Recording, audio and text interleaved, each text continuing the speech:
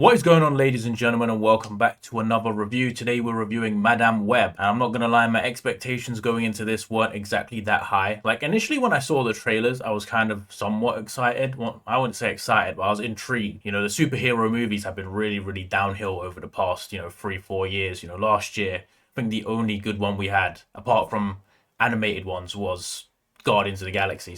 And then I saw all the reviews and I saw that it was fucking dreadful. Like, bro, I think this has an average of a 1.6 on Letterboxd. That might be lower than The Exorcist Believer, which is kind of insane.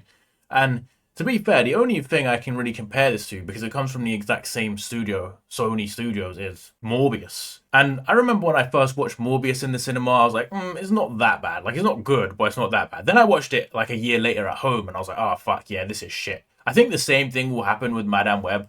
Like, I don't think it was horrific. Like, I wasn't bored throughout the entire movie. Like there was some boring bits. Like, sometimes it feels like this was moving on like 0.5 speed.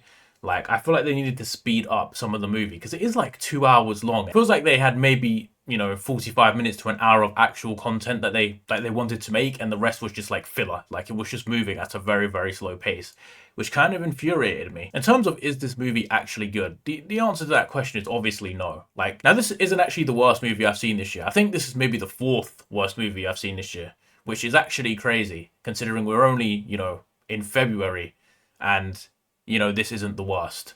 But I think Argyle was worse. I think fucking Night Swim was worse. I mean, this movie has a few things to like about it. Like, in the last 30 minutes there is a point where it starts to speed up and actually get interesting, but you feel like they could have done that about 45 minutes ago. Like, for some reason the first hour and a half of this movie feels like the longest setup to no payoff I've ever seen. Like, Dakota Johnson's character, who I guess is she Madame Web? I don't know which one's meant to be Madame Web, okay? I really have no idea. I don't know the story of these characters. I don't even know what these characters are meant to do. I have no investment. I just went to watch it because it's a Marvel thing, it's a Spider-Man thing, right? And in terms of the main character, Dakota Johnson, like, who she plays, I can't even remember her fucking name, bro. But, like, she's just a boring character. Like, she has some lore, but it takes her so fucking long to figure out what the fuck is going on that it's just painful. It's like, why are we going through this journey of this character realizing they can go back in time? Brother, we all knew that from the trailer. This woman, it took her about 10 attempts of like traveling back in time to finally realize what the hell was going on. I was like, bro, we could have sped this up. You could have had a few situations and then boom, now you know what's going on. Let's move on. Also, the villain in this, he's just fucking pointless, bro. Like, he does look like Spider-Man, I guess, and he's got powers. I guess the only thing he doesn't have is a web, but like, what's his motivation, bruv? His motivation is I'm having visions in my dream of these three people killing me, and I'm going to seduce an FBI agent, get access to like fucking all the cameras in the city and find them and kill them before they kill me or some shit. It's like, brother, that is so fucking shit. Like, could you not give him a better motive? I mean, I guess he killed the main character's mum, and that was also something, I guess, but like, he wasn't even that threatening, bro. The villain was shit. He had a sidekick which was kind of shit too. I think the whole premise of him was pretty fucking shit. The side characters, like, I mean, I'm sure a lot of people like, oh, Sydney Sweeney's in a movie. She is the kind of like the big thing right now. Although I feel like a lot of her recent movies have actually been very shit. This one is going under the L category for her too. I mean, she doesn't even really do anything in this movie. Like, the three girls that Dakota Johnson's trying to protect, I guess, who are going to be the future Spider Women or whatever the hell they are, they literally don't really have too much part to play in this except to do dumb shit. It's like, let's make characters do dumb shit to further the plot. That is this entire fucking movie. It's so difficult to explain how stupid this movie is. Like, you have to just turn your brain off in a way, I guess. You just have to like, you just need to go like full brain dead mode to like enjoy this movie, because there is a few cool bits in there, like there is a few fun bits in there, but like, if you start trying to logically say, why the fuck did this happen?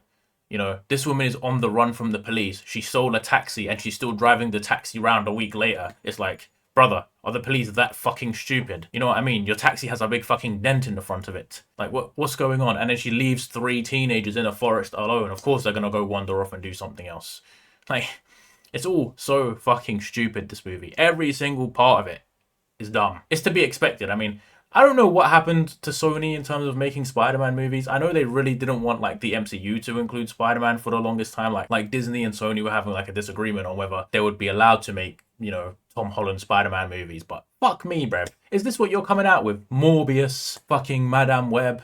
I mean, Venom, I'll be the first to say I actually kind of like the first Venom movie, but the Carnage one is kind of mid. I don't know what Sony is doing with the Spider-Man IP. I mean, I guess Spider-Verse is pretty good, but that's not the same thing, is it? I mean, I wonder if they're gonna release anything else. You know what I mean? I'm actually intrigued what they're gonna do. I know Venom 3 is coming out this year, but surely they're not gonna be entering the Morbius slash Madame Web realm again. I mean, I guess maybe they could reintroduce the characters. I feel like it'd probably be better to reintroduce them in some kind of Ultimate Spider-Man verse thing.